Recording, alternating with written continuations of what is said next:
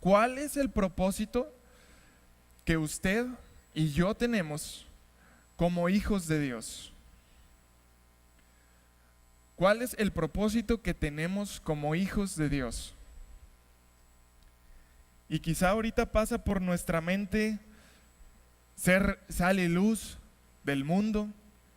Quizá ahorita pase por nuestra mente obedecer a Dios completamente, ir a predicar el evangelio a toda criatura, ir y hacer discípulos a todas las naciones y al mundo entero. Y podemos pensar muchas cosas, y todas esas cosas que yo he mencionado sí son parte de nuestro propósito, pero hay un propósito máximo y un propósito principal que todos nosotros como hijos de Dios tenemos, y es el que vamos a ver el día de hoy. Yo les voy a pedir que vean la pantalla. Esto viene en Lucas 17:7. Es una historia que está contando el Señor Jesús. Lucas 17:7 dice: ¿quién de vosotros, teniendo un siervo que ara o apacienta ganado, al volver él del campo, luego le dice, pasa y siéntate a la mesa? El 8, por favor. ¿No le dice más bien, prepárame la cena, cíñete y sírveme hasta que haya comido y bebido, y después de esto come y bebe tú? El siguiente: ¿acaso da gracias al siervo porque hizo lo que se le había mandado? Pienso que no. Y por último, el versículo 10.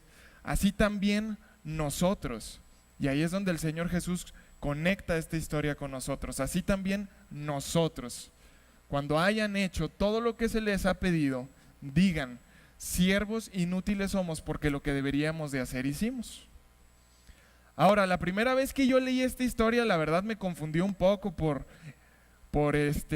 la manera en que está escrita la Biblia, ¿verdad? Que habéis, tenéis, vosotros, etcétera, etcétera. Entonces no la entendí muy bien y yo se las quiero explicar de una manera más digerible. Resulta que el Señor Jesús está diciendo, había un señor, dueño de una quinta, de un rancho, y él tenía un siervo.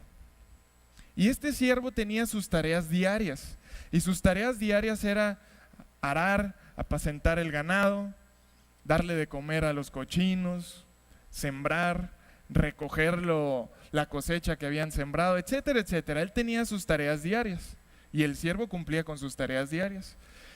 Y Jesús les pregunta a sus discípulos, ¿acaso el Señor de la casa, cuando este siervo terminó toda su tarea diaria, le dice, pasa aquí a la mesa, siéntate y come? Y les dice, no. Él le dice, antes de que tú te sientas y que comes, primero me vas a preparar la cena y me vas a servir a mí y yo voy a comer y a beber. Y este es el propósito principal de un siervo. El propósito principal de un siervo es prepararle la cena al Señor y servirle para que Él coma, para que Él beba. Ahora, si esto lo traducimos a nuestras vidas, las tareas diarias quizás son venir a la iglesia los domingos, asistir a tu reunión de hogar, ir entre semana a los hospitales, ayudar a los enfermos, compartir en la escuela, en el trabajo, proveer a tu familia, etcétera, etcétera. Todas esas son tareas diarias. Pero nuestro propósito principal y nuestro propósito máximo es prepararle la cena al Señor y servirle y darle de comer y darle de beber. ¿Qué es prepararle la cena y qué es servirle? Es pasar tiempo con Él y es adorarlo. Eso es prepararle la cena y servirle, pasar tiempo con Él, adorarlo, estar en su presencia, decirle, Señor, aquí estoy, te amo, lo que quieras voy a hacer. Y ese es nuestro propósito máximo, nuestro propósito principal. Es decir, que nosotros podemos hacer nuestras tareas diarias y estar trabajando y trabajando, yendo a la iglesia, yendo a nuestra reunión, Y hacemos todo eso y lo cumplimos, pero nada de eso sirve si no cumplimos nuestro propósito principal, que es diariamente pasar tiempo con nuestro Señor y servirle. De nada sirve, es nuestro propósito principal. Ahora yo quiero que también ponga atención en algo que dice ahí. Dice el Señor: antes de que tú vengas y te sientes a la mesa, me vas a servir a mí para que yo coma y yo beba. Después tú vas a venir a comer y a beber, una vez que yo haya terminado. Y si nos ponemos a pensar, muchas veces nosotros hacemos lo contrario. Nosotros cuando entramos a la presencia de Dios, en realidad lo que estamos haciendo es: dame, quiero, necesito. Señor, aquí estoy, pero necesito, ¿verdad? Tengo esta necesidad, tengo este problema, tengo esta dificultad, dame. Y el Señor lo que nos está diciendo es: antes de que tú comas y de que tú bebas, necesito comer yo y necesito beber yo. Primero satisface eso para mí y después yo voy a satisfacerte a ti. Y esta es la manera en que nosotros debemos de entrar a la presencia de Dios. Señor, aquí estoy para ti, para lo que tú quieras, para lo que tú necesites, para servirte. Este tiempo es para ti. Y después de que le hayamos entregado eso a Dios, Él va a satisfacer todas nuestras necesidades. Ese es nuestro propósito máximo: pasar tiempo con nuestro Dios, adorar a nuestro Señor. Y eso nos habla de una relación que tenemos con Él. Y no hay una relación si no hay comunión. Para que haya una relación necesita haber comunión. Y el día de hoy vamos a hablar sobre la comunión en específico. ¿Cómo tener comunión con Dios? Yo quiero que me acompañe a 1 de Juan 1:3, por favor.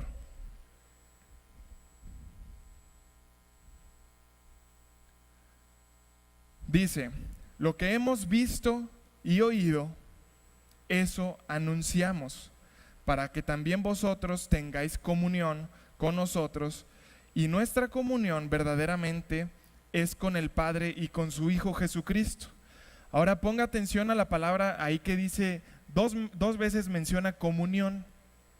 Esa palabra comunión en el original es koinonia, con K, koinonia. Y esto significa relación que nos une, un mismo sentir, un mismo fin, nos hace uno con Él, con la persona que tenemos esa relación. Esto quiere decir que nuestra comunión con Dios no solamente es orar y no solamente es leer la Biblia, eso es parte. Nuestra comunión con Dios es ver como Jesús. Nuestra comunión es escuchar como Jesús, andar como Jesús, decidir como Jesús. Esa es una comunión fuerte y es la comunión que nos está hablando aquí. Tenemos que pensar como Jesús, actuar como Él, ver como Él.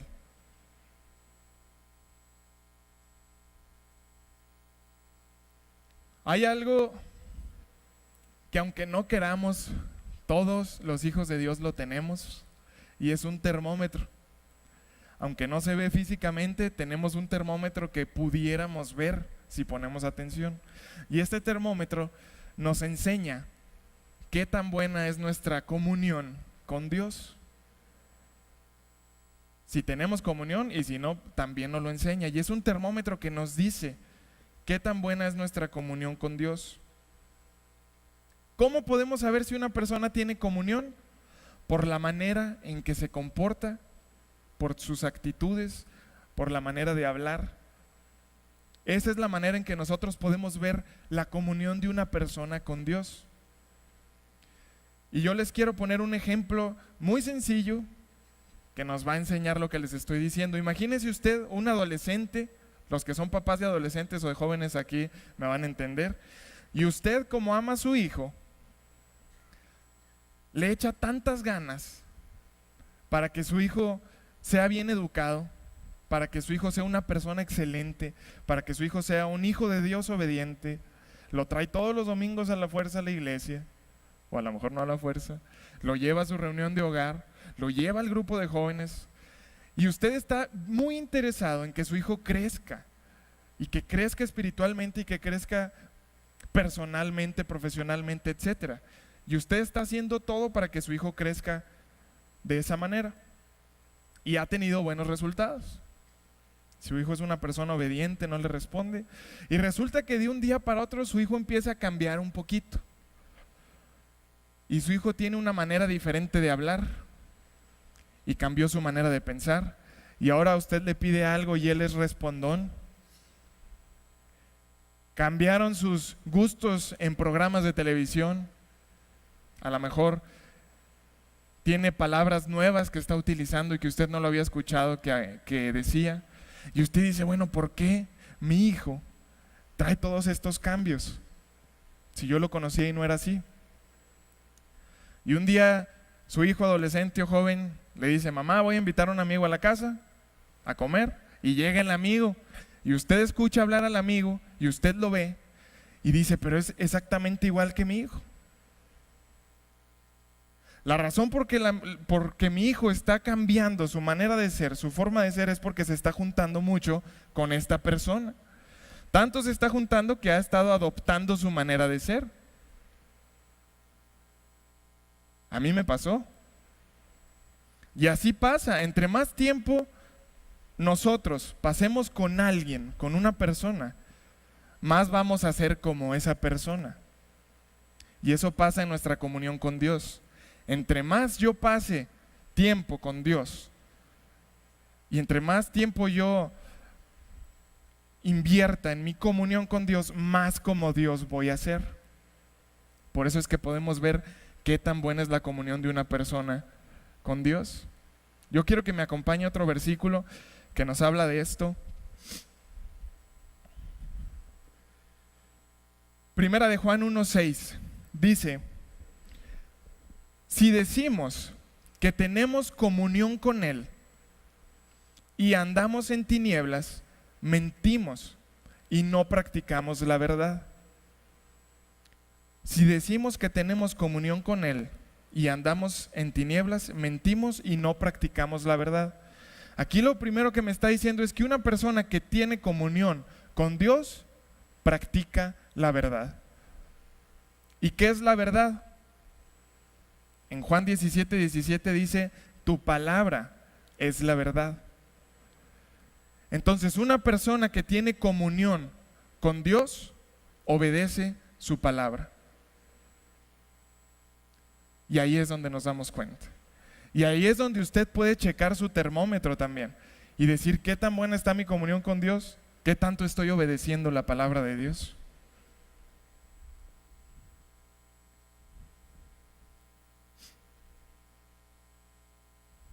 Y yo me pongo a pensar en falta de perdón. Y yo me pongo a pensar en pensamientos de suicidio, de divorcio.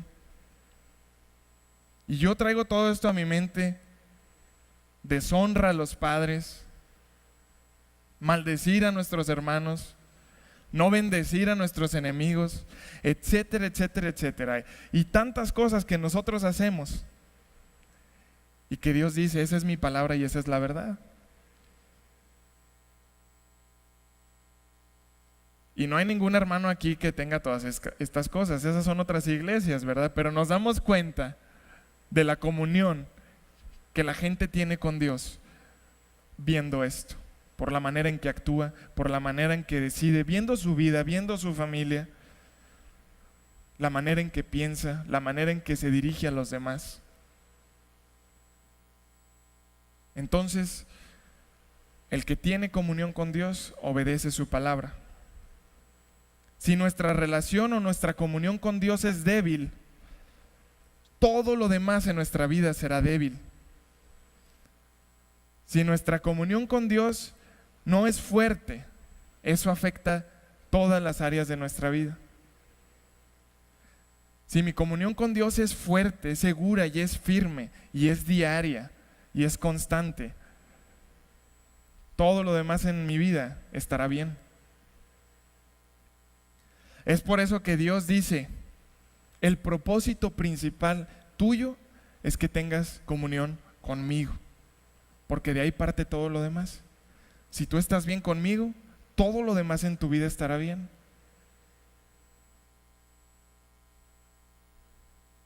Ahora quiero hablar un poco acerca de la comunión. ¿Cómo debe de ser nuestra comunión con Dios? Y vamos a ver 6 puntos. El primero es, nuestra comunión con Dios debe de ser personal. Y quiero que me acompañe a Mateo 6:6, por favor. Mateo 6:6. Dice, mas tú, cuando ores, entra en tu aposento y cerrada la puerta, ora a tu Padre que está en secreto. Y tu Padre que ve en lo secreto te recompensará en lo público. Nuestra relación con Dios debe de ser personal. No importa si usted está casado, no importa si usted comparte habitación con un hermano o con un primo, usted tiene que buscar un tiempo apartado de todo lo demás para encerrarse en un cuarto y pasar tiempo a solas con Dios. Dios es mi Dios y Dios es el Dios de mi esposa y Dios es el Dios de mi familia. Y está bien, pero es mi Dios número uno. Y yo tengo que pasar tiempo con Él a solas para que Él me alimente, para yo servirlo. Número uno, tiene que ser personal. Número 2, nuestra comunión con Dios debe de ser continua. Juan 15:7 dice, si permanecen en mí y mis palabras permanecen en vosotros, pedid todo lo que queréis y os será hecho. Si permanecen en mí y mis palabras permanecen en ustedes. Aquí me está hablando que esto es continuo, en medio de cualquier circunstancia.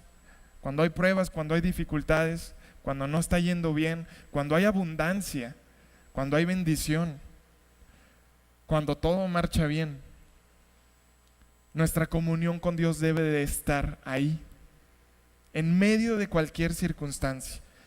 Dice, el que permanece en mí y mis palabras permanecen en él. Y eso habla de una continuidad. Nuestra comunión con Dios debe de ser íntima.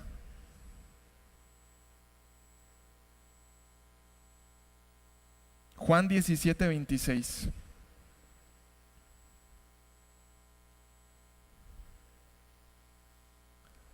Y les he dado a conocer tu nombre. Aquí está, esta es una oración que está haciendo Jesús al Padre. Y les he dado a conocer tu nombre y lo daré a conocer aún, para que el amor con que me has amado esté en ellos y yo en ellos. Jesús está diciendo, yo estoy en ellos, no con ellos, en ellos. No puede haber cosa más íntima que eso. Jesús en nosotros. La palabra que nosotros declaramos al principio de nuestro tiempo, de la palabra de Dios el domingo, viene en Juan 14:23 y dice, el que me ama mi palabra guardará y mi Padre le amará. ¿Y qué más? Y vendremos a Él y haremos morada con Él. Usted póngase a pensar, ¿quiénes son las personas con las que usted tiene morada? En mi caso está mi esposa y mi hijo. Y las personas con las que yo tengo morada son las personas más cercanas a mí. Son las personas que me conocen mejor. Son las personas que saben lo que me gusta, que saben mis debilidades, que saben cuando estoy triste, que saben cuando estoy feliz. Las personas que tienen morada conmigo. Y Jesús dice, yo y el Padre vamos a hacer morada con Él. Él va a ser tan cercano a nosotros si lo amamos, si tenemos comunión con Él, si nuestra comunión es íntima. Él viene a hacer morada con nosotros. Nuestra comunión debe de ser en oración. Jeremías 33:3 dice: clama a mí y yo te responderé y te enseñaré cosas grandes y ocultas que tú no conoces. Y esto me está hablando de revelación. Cuando nosotros estamos en oración, aquí está diciendo Jesús: clama a mí y yo te responderé. Cuando nosotros estamos en oración, Él promete respondernos. Ahora, ¿para qué nos sirve la revelación de su palabra? Nos sirve para todo, hermanos. Nos sirve para levantarnos cuando estamos caídos. Nos sirve para superar un problema. Nos sirve para emprender un negocio nuevo. Nos sirve para tomar decisiones. La revelación de Dios nos sirve para iniciar una relación con una persona. Y la revelación de Dios nos sirve para todo. Pero Él está diciendo: clama a mí. Necesitamos tiempo de oración. Tiempo de oración diaria. Al principio vimos que ese era nuestro propósito máximo: pasar tiempo con nuestro Dios. Y lo más bonito es que Él promete respondernos. Nuestra comunión con Dios debe de ser en adoración. Juan 4:23.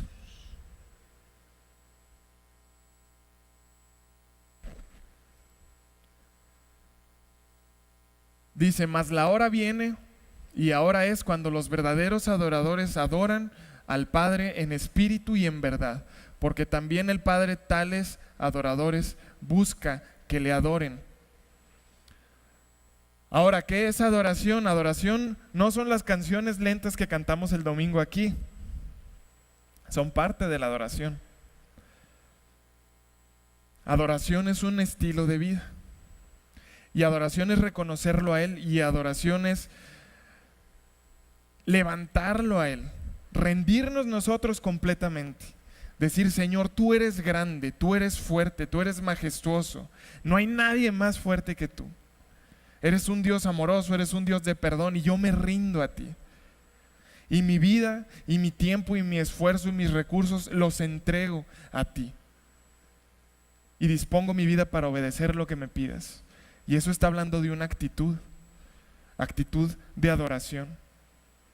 Así debe de ser nuestra comunión con Dios. Señor, lo que quieras, porque tú eres Dios. Me guste o no me guste, lo voy a hacer porque tú eres Dios. Porque tú eres grande. Porque tú eres majestuoso. En adoración. Nuestra comunión con Dios debe de ser en agradecimiento. Salmo 104:5 dice: entrad por sus puertas con acción de gracias, por sus atrios con alabanza.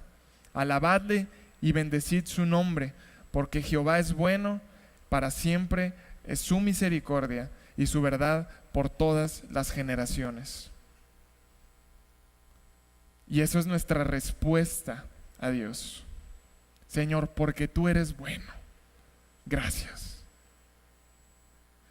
Muchas veces nosotros en nuestro tiempo de oración duramos 10 minutos y se nos acabaron las palabras y decimos: pues ¿qué más te digo?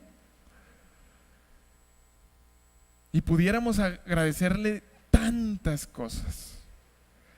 Pudiéramos pasar horas y horas agradeciendo las bendiciones de Dios. Pudiéramos agradecer a Dios porque todos los días sale el sol. Eso es una bendición de Él. Porque tenemos oxígeno, porque nos podemos levantar temprano en la mañana para ir a trabajar, porque tenemos salud, porque tenemos una familia, porque tenemos que comer. Dios es bueno y para siempre es su misericordia. Y aunque nos faltara algo, hermanos, aunque en nuestra vida no hiciera falta algo y lo estamos pidiendo a Dios y: Señor, dame, por favor, necesito, y todavía no llega, nosotros deberíamos de ser agradecidos. Señor, gracias porque tú eres bueno.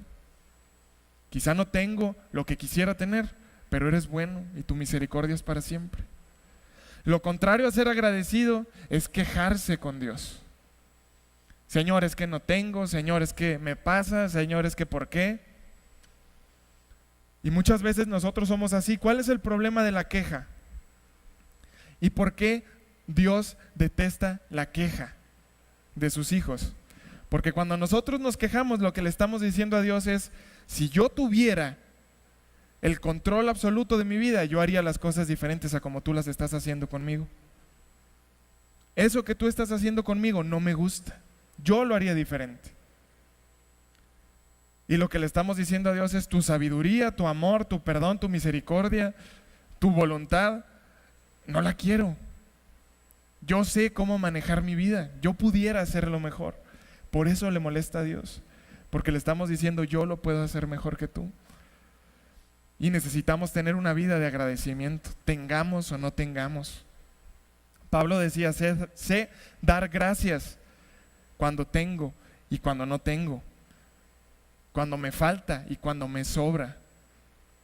Yo sé dar gracias, sé ser agradecido en cualquier circunstancia. Y después de eso decía: todo lo puedo en Cristo que me fortalece. Necesitamos ser agradecidos.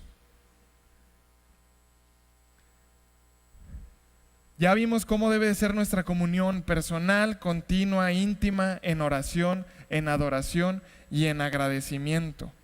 Yo quiero decirles, no hay un buen fruto de parte de Dios si no tenemos esa comunión. Nunca va a llegar un buen fruto si no tenemos esa comunión con Dios. No hay promesas alcanzadas si no tenemos comunión con Dios.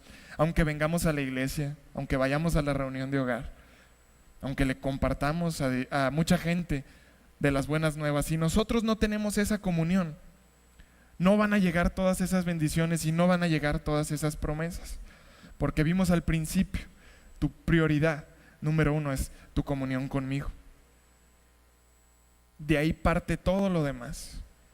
Si tu comunión conmigo está bien, todo en tu vida está bien. Todo en tu vida funciona bien. Por eso tu comunión con Dios, y yo quiero que los que están apuntando lo apunten y los que no se lo graben en su cabeza, tu comunión con Dios determina el éxito de tu vida. Tu comunión con Dios determina el éxito de tu vida. A lo mejor usted piensa que una persona es exitosa porque tiene mucho dinero en sus cuentas, o porque tiene muchas empresas, o porque tiene una familia bonita, o porque es el gerente de una empresa, etcétera, etcétera. Usted puede imaginarse que el éxito de una persona puede venir de muchas maneras. El éxito de una persona es que la voluntad de Dios se cumpla en su vida. Eso es éxito.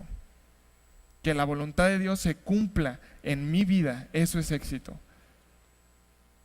Y eso viene a través de la comunión. No hay de otra. Viene a través de la comunión.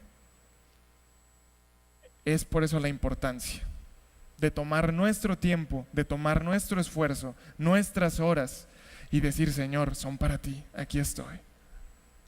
Quiero ver resultados en mi vida, quiero tener frutos en mi vida. Quiero tocar un punto de los que ahorita vimos, un punto de nuestra comunión con Dios, y hablar un poquito de eso, y se trata de la oración. Ahorita vimos que nuestra comunión con Dios debe de ser en oración.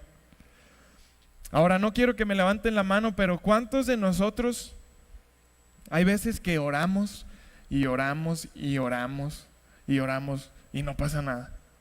No me levanten la mano. Yo me puedo identificar con eso. En algún tiempo de mi vida yo oraba y no había ningún resultado. Y no había una respuesta de parte de Dios. Y yo decía: ¿por qué, Señor? Si yo estoy orando, tengo mi tiempo de oración, tengo mi tiempo de comunión, ¿por qué no hay una respuesta? Y eso me llevó a pensar en que hay dos tipos de oraciones: la oración efectiva y la oración que no es efectiva. la oración que da resultados y la oración que no da resultados. La oración en la que Dios y yo sacamos provecho y la oración en que yo quiero sacar provecho, pero no voy a sacar nada porque no es efectiva. ¿Y cuál es la oración efectiva? Yo quiero que me acompañe, por favor, a 1 Juan 5:15. Y póngale mucha atención a este pasaje. 1 Juan 5:15. Y si sabemos que Él nos oye en cualquier cosa que pidamos, sabemos que tenemos las peticiones que le hayamos hecho. Fíjese qué promesa tan bonita. Yo me emociono al leer esto. Si sabemos que Él nos oye las peticiones que le hacemos, también sabemos que Él nos da las peticiones que le pedimos. Es una promesa bien bonita. ¿A alguien más que a mí le emociona eso? ¿Que yo le pida algo a Dios y me responda? Pero hay que ver algo atrás de esto. Yo quiero que me acompañe al versículo 14, uno antes de este. Y aquí está la clave de la oración efectiva. Y esta es la confianza que tenemos en Él. Que si pedimos alguna cosa conforme a su voluntad, Él nos oye. Si pedimos una cosa conforme a su voluntad, Él nos oye. Ahora leamos el 15. Y sabemos que Él nos oye en cualquier cosa que pedimos. Sabemos que tenemos las peticiones que hayamos hecho. El secreto de la oración efectiva está en su voluntad. En la voluntad de aquel al que le estamos pidiendo. Ahí está el secreto de la oración efectiva. ¿Por qué muchas veces nosotros oramos y oramos y oramos y no pasa nada y no pasa nada? Porque quizá Dios está diciendo, Poncho, lo que estás pidiendo no va de acuerdo a mi voluntad. ¿Cómo quieres que te responda? Y yo digo, Señor, yo quiero ir para el sur, sé que ahí hay bendición, sé que ahí hay riqueza. Llévame allá, Señor. Ábreme las puertas por allá. Y Dios dice, Poncho, no, el camino no es por allá, es por acá. Y mientras tú estés aferrado a tu voluntad, no vamos a llegar a ningún lado. La oración efectiva, y esto se los quiero explicar un poquito a detalle, la oración efectiva nace en el corazón de Dios. La oración efectiva nace en el corazón de Dios, no en su corazón y el mío. En nuestro corazón no, en el de Él. Hay algo que se llama los 4 escalones de la oración efectiva. Y se los voy a explicar. Hay 4 escalones en la oración efectiva. El escalón número 1 es que en el corazón de Dios nace un pensamiento. En el corazón de Dios nace una idea. Nace una voluntad. Y Él dice, yo tengo para Poncho esto. Y yo quiero bendecir a Poncho de esta manera. Y nació en el corazón de Dios. El escalón número 2 es Dios a través del Espíritu Santo comunicándonos a nosotros sus hijos su voluntad. Y ponga atención, dije a través de su Espíritu Santo. Una persona que no tiene comunión con Dios, olvídese, nunca va a poder escuchar la voluntad de Dios. Entonces necesitamos comunión para que esa voluntad que nació en el corazón de Dios, el Espíritu Santo nos la traiga a nosotros. El escalón número 2, Dios comunica su voluntad. El escalón número 3 es nosotros como sus hijos devolvemos a Dios esa voluntad en oración. Devolvemos esa voluntad en oración. Y esto es difícil, yo quiero decirles, es difícil devolverle la voluntad que nació en el corazón de Dios a Dios en oración. ¿Por qué es difícil? Porque eso significa que tengo que morir a mí mismo. Eso habla de muerte.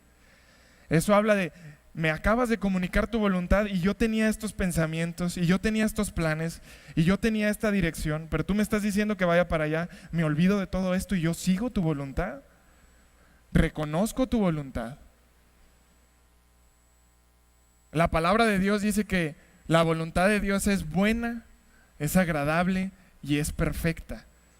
Ahora yo quiero que usted se ponga a pensar, yo pensé esto y dije, mi voluntad no es buena.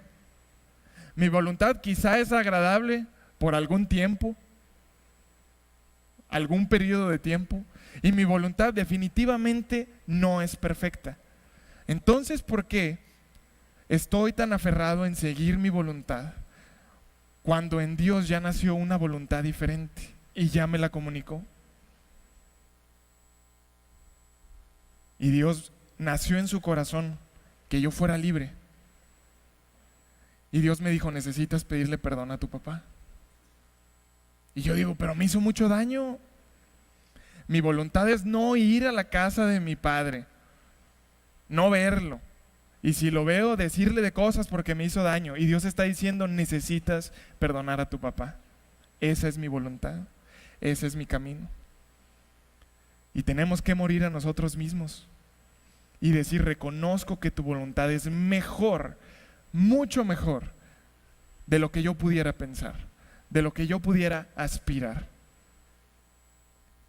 Y le regresamos la voluntad de Dios en oración. Señor, ayúdame y dame sabiduría para poder hablar con mi papá. Y Dios dice, yo quiero darte un trabajo espectacular en donde tu crecimiento profesional va a explotar. Y nace esa voluntad en el corazón de Dios y me la comunica.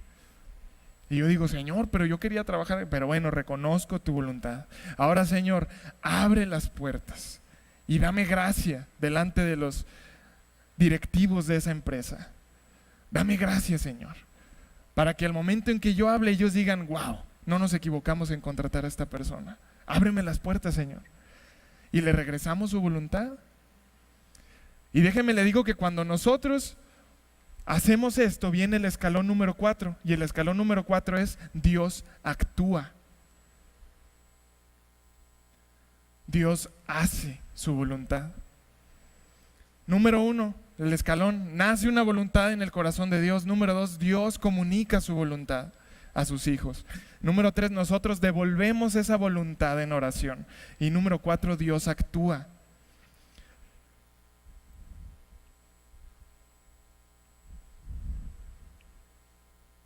¿Cómo vamos a saber cuál es la voluntad de Dios?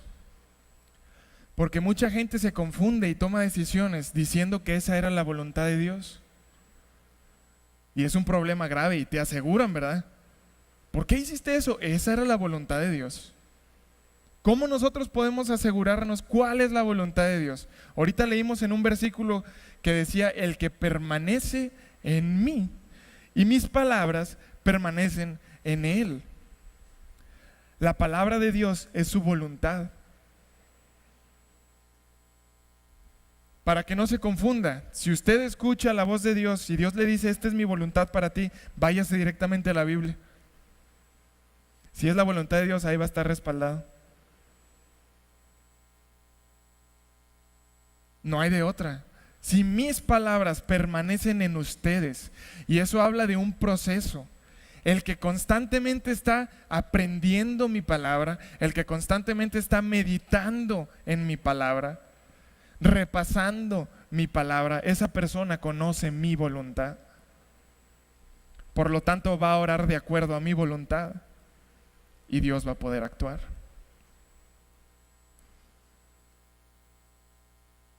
Cuando nuestra comunión con Dios es fuerte, sus pensamientos se convierten en nuestros pensamientos y su voluntad se hace nuestra voluntad cuando nuestra comunión con Dios es fuerte. Y ahí es donde ya no batallamos. Nuestro corazón es como el de Dios. Entendemos los pensamientos de Dios, pensamos como Dios. Hace un momento yo les decía acerca de la comunión, y la comunión era ver como Jesús, pensar como Jesús, actuar como Jesús, decidir como Él. Eso es conocer la voluntad. Eso es poner su voluntad en mi corazón y mi voluntad hacerla a un lado. Hay muchos ejemplos en la Biblia, que nos demuestran esto que les estoy diciendo. Y es un patrón que Dios siempre hace. Y les voy a hablar de un solo ejemplo. En Éxodo está la historia del pueblo de Israel. En el capítulo 3, en el versículo 7, específicamente, Dios dice: y escuché a mi pueblo clamar a mí. El pueblo de Israel llevaba 400 años cautivo en Egipto. Cautivo, esclavo, sin derechos, trabajando duro, no viviendo la libertad que Dios quería para ellos. 400 años, imagínense. Ahora usted piense, ¿a poco la voluntad de Dios era que ese pueblo estuviera cautivo? Claro que no. Él quería libertad para su pueblo. ¿Y por qué duraron 400 años? Tanto tiempo. Dios trajo libertad hasta un punto. Hasta que dice: yo escuché el clamor. Yo escuché la oración de mis hijos. Y yo pude actuar. Y yo los liberé. Y yo tengo un plan para liberarlos, que es el libertador Moisés. Pero fíjese cómo Dios actuó hasta que se dio el escalón número 3, que fue devolver la voluntad de Dios en oración. En el corazón de Dios estaba que el pueblo fuera libre, pero quizá en esos 400 años todas estas personas no estaban diciéndole a Dios: líbranos, Señor, por favor, sácanos de aquí. Quizá estaban diciendo: no lo merecemos porque somos de otra tierra y vinimos a habitar aquí. Esto nos merecemos porque nosotros pertenecíamos a otro lugar y vinimos aquí, y por eso somos esclavos.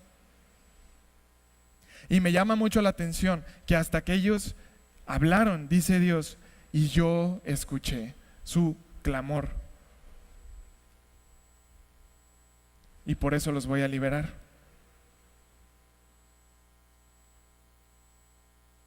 Mucha gente podrá preguntarse: ¿por qué Dios, siendo todopoderoso, siendo grande, siendo fuerte, teniendo su voluntad, por qué Dios no actúa y ya?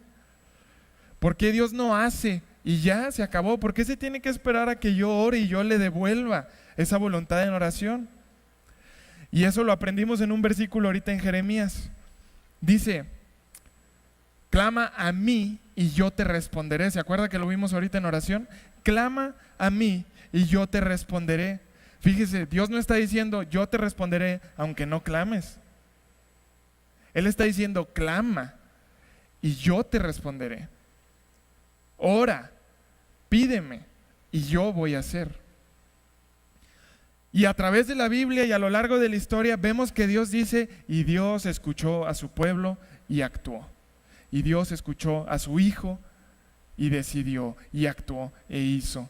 Y vemos que los hijos de Dios oraron a Dios pidiéndole y Dios los liberó. Y los hijos de Dios oraron y Dios dio el resultado. Y es un patrón. Es un patrón que se cumple. Dios es todopoderoso, Dios es grande, Dios es fuerte y Él pudiera hacer lo que Él quisiera. De verdad, Él es poderoso para hacer lo que quiera. Dice la Biblia que el universo está en la palma de su mano. Imagínense qué no puede hacer. Pero por alguna razón que yo desconozco, a Dios le encanta trabajar en equipo con sus hijos. A Dios le encanta que nosotros cooperemos con Él en adoración. Y que le digamos: Señor, esa voluntad que tú tienes, yo la quiero también. La hago mía y la pongo en mi corazón. Juntos trabajemos y juntos alcancemos esa promesa. Eso es lo que le gusta a Dios. Y lo podemos ver en la Biblia. Y usted lo puede ver en su vida. Cuando la voluntad de Dios se revela en nuestra vida y nosotros oramos en esa dirección, fácil llegan los resultados. Fácil llegan los resultados. Quiero darles una ilustración que nos va a ejemplificar mucho mejor esto. ¿Alguien se ha subido a un tren? Y los que no se han subido a un tren, muy seguramente lo han visto pasar o lo han visto por la televisión. El tren es el vehículo terrestre más fuerte, más poderoso. No se le compara a ningún otro con él. Él puede cargar miles, o bueno, no cargar, arrastrar miles y miles de toneladas. Las puede arrastrar sin ningún problema. Una máquina del tren. Puede recorrer kilómetros y kilómetros y kilómetros sin ningún problema. Y puede meterse en cualquier terreno. En montaña, en playa, en nieve, en lo que sea, él puede meterse en cualquier terreno. Es fuerte para hacer eso. Pero hay algo que detiene al tren. Y eso son las vías. Por más fuerte que sea un tren, por más poderoso que sea un tren, si no hay una vía, créame que el tren no se mueve ni un metro. El tren puede decir, quiero ir al norte a dirección de Monterrey, allá está nuestra entrega de la carga, necesitamos ir a tal hora, etcétera, etcétera. Pero si no hay una vía, el tren con toda su fuerza no va a llegar a ningún lado. Y es el vehículo más poderoso terrestre. Y así es Dios, hermanos. Él es todopoderoso, Él es grande, Él es fuerte, Él pudiera hacer cualquier cosa. Pero nuestras oraciones son vías que le ponemos a Dios. Es una vía.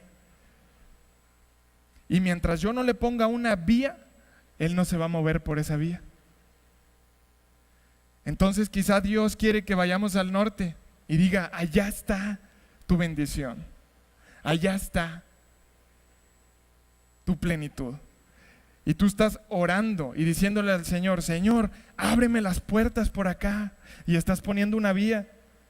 Ábreme las puertas, Señor, bendíceme porque yo sé que por allá es. Y Dios dice, yo no voy a ir por esa vía porque no es mi voluntad, pero no puedo ir hacia mi voluntad porque no has puesto una vía por ahí. Así es Dios y esas son nuestras oraciones. La importancia de conocer la voluntad de Dios es que si yo la conozco y yo le regreso esa voluntad en oración, yo pongo una vía y Él se mueve por esa vía con todo su poder, con toda su fuerza y alcanzamos las promesas de Dios. Ahora, entre más yo conozca la voluntad de Dios, más vías voy a poner. Y Dios se va a estar mueve y mueve y mueve y mueve por todos lados y vamos a ver promesas y promesas y promesas cumplidas. Dios es todopoderoso, hermanos, pero le encanta trabajar en equipo. Le gusta que nosotros, sus hijos, cooperemos con Él en oración. Le encanta eso. No sé por qué, pero le encanta.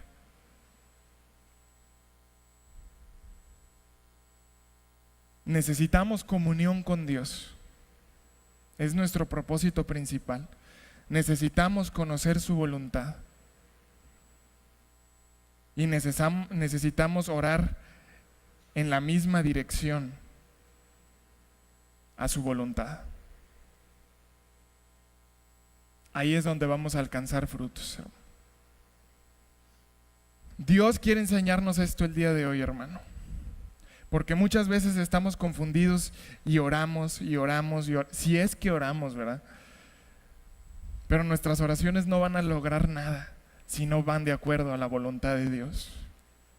Necesitamos aplicar esto a nuestra vida. Necesitamos deshacernos de nuestra voluntad. Y necesitamos decirle a Dios, tu voluntad es lo mejor.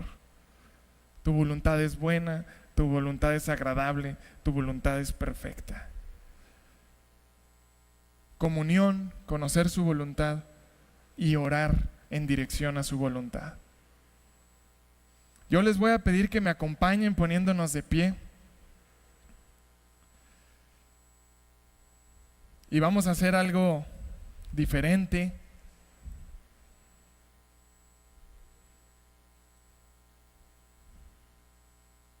Yo quiero que con todo su corazón, y con todas sus fuerzas.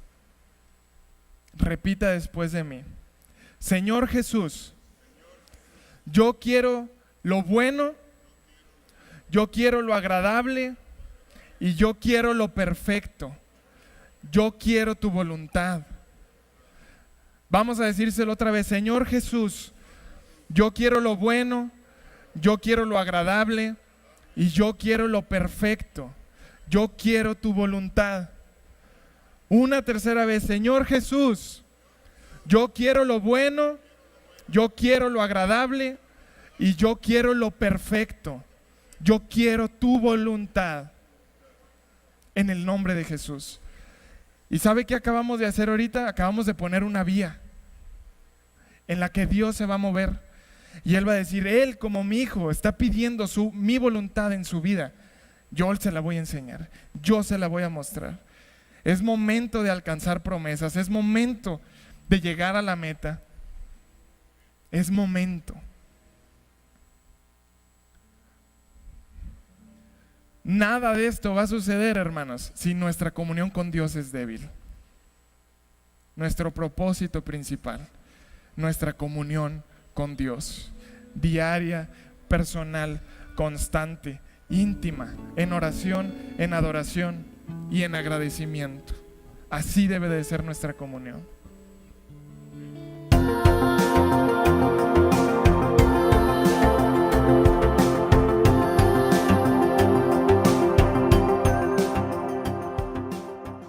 Qué alegría que nos acompañó. Es hora de poner manos a la obra y obtener sus promesas. Si necesita ayuda, consejo y oración, estamos para servirle. Acompáñenos a nuestros servicios los domingos a las 9 de la mañana o a las 11:30 de la mañana. Lo esperamos con los brazos abiertos en su casa, Monte Sión.